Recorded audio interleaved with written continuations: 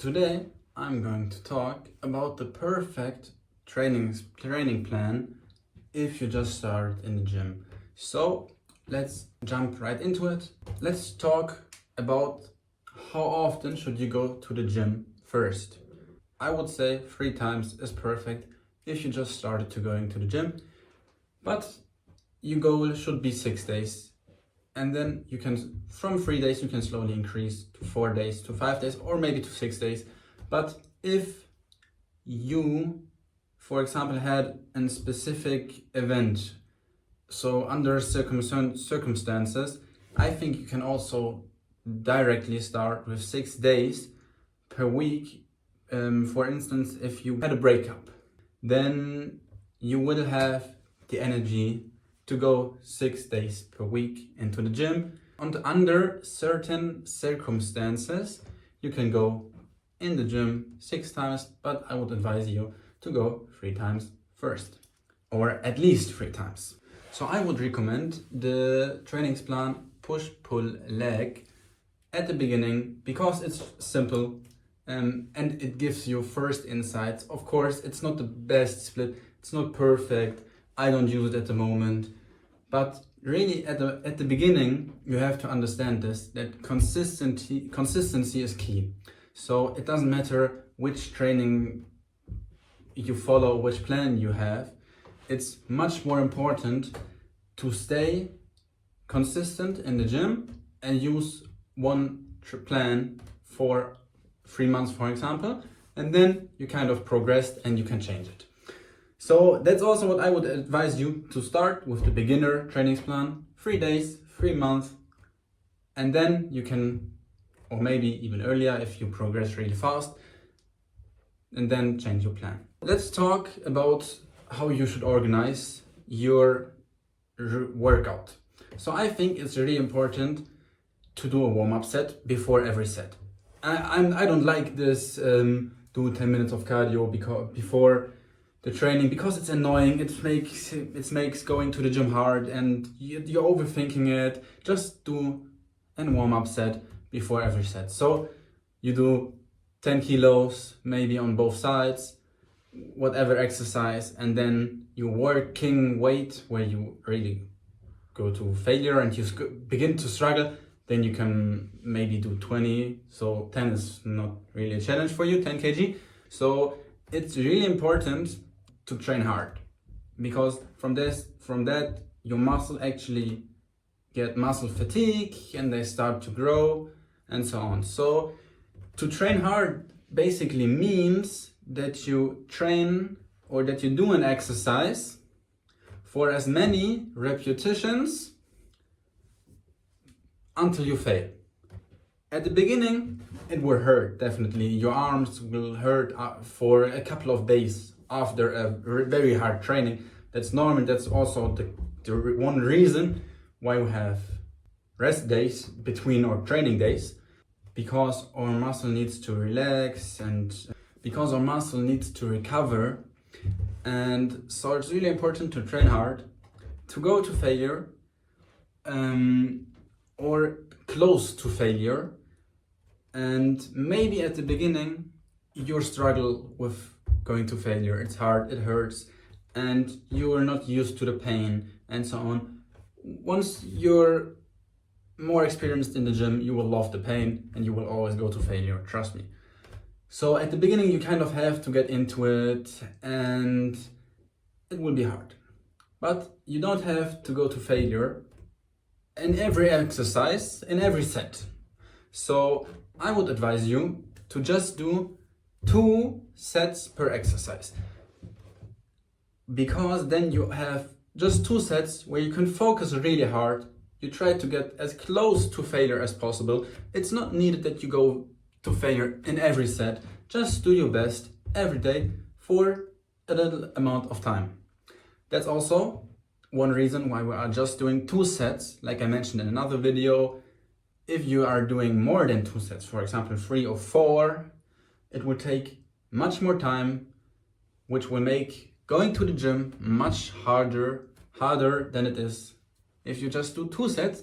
And the results, the muscle growth, is actually very comparable and almost the same, if not the same. I trained like this for almost 2 years now and it's working perfect for me. Also, Jeff Nippert showed a lot of studies which also mentioned that training with low frequency, with low volume is very, very good and practical. So then you have your warm-up set, which is very easy, just to kind of not surprise the muscle. And then you have one working set, which is also should be also very hard, and it would be perfect if it's also to failure or very close to failure. And then the last set should definitely be a set to failure. At least one should be close to failure or that you fail to move the weight at all. So let's cover the question on how many sets. So how often should I start and finish reps or repetitions? So tuck, tuck, tuck, tuck, tuck, one set, tuck, tuck, tuck, tuck, tuck, again, another set, and the last one as well. There would be one warm-up set, one working set, and another working set. How many repetitions? So how often should you do one range of motion from the bottom to the top to the bottom? That's one repetition. And I would say it's not so important on how many you do. Try a few variations, for example, a low volume of repetitions and a higher volume of repetition, and look what feels the best for your shoulder or for the muscle that you are training at the moment.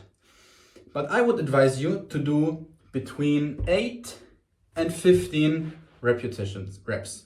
It's really important if you're going into this bodybuilding and gaining muscle, losing fat journey. If you go into that, it's really important to not only look, okay, what's optimal, I'm going to do it.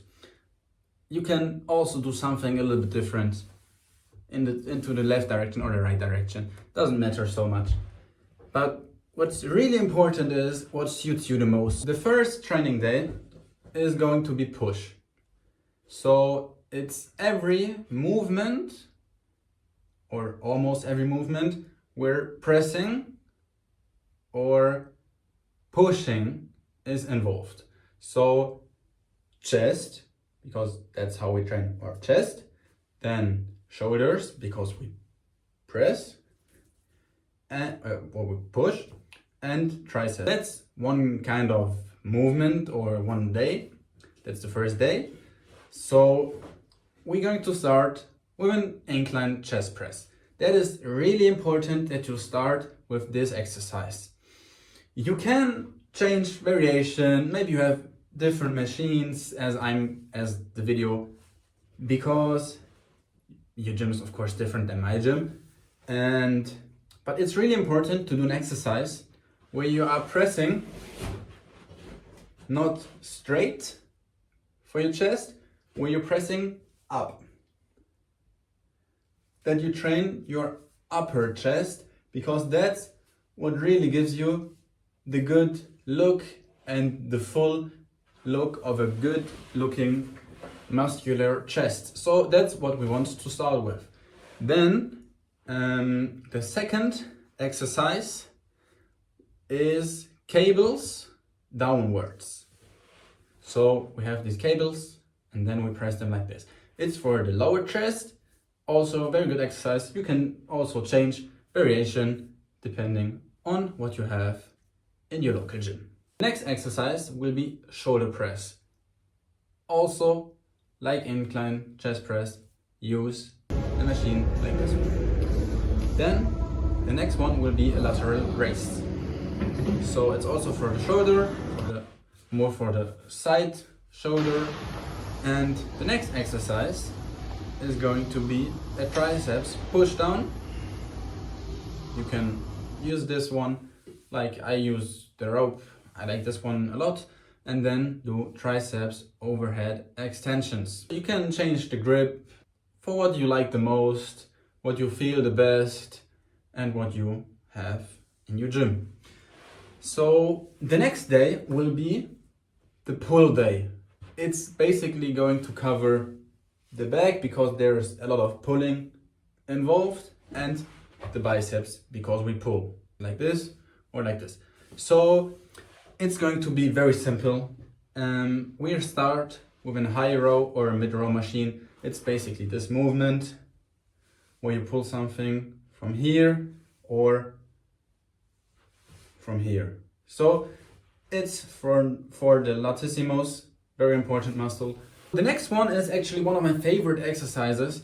It is a T-bar row. So a T-bar machine or a seated cable row with a wide grip. So it's really important to do this movement. You pull the weight from here, could be also like this, back. I will show you this from behind, like this. Then we are going straight to biceps. Here it's really important to do two different exercises. So we are going to do one exercise where the biceps is going to get activated before our body, as you can see here in this video. I would also advise you to exactly the same machine that I use.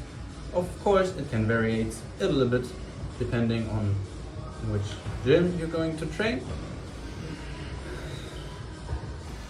Then the next bicep exercise is a movement behind your body. For example, this one, I use dumbbells. You can also use cables, but I think dumbbells are the best because your movement is very much limited, and with the cables they almost go in a lot of directions, so it's really hard to control them for me.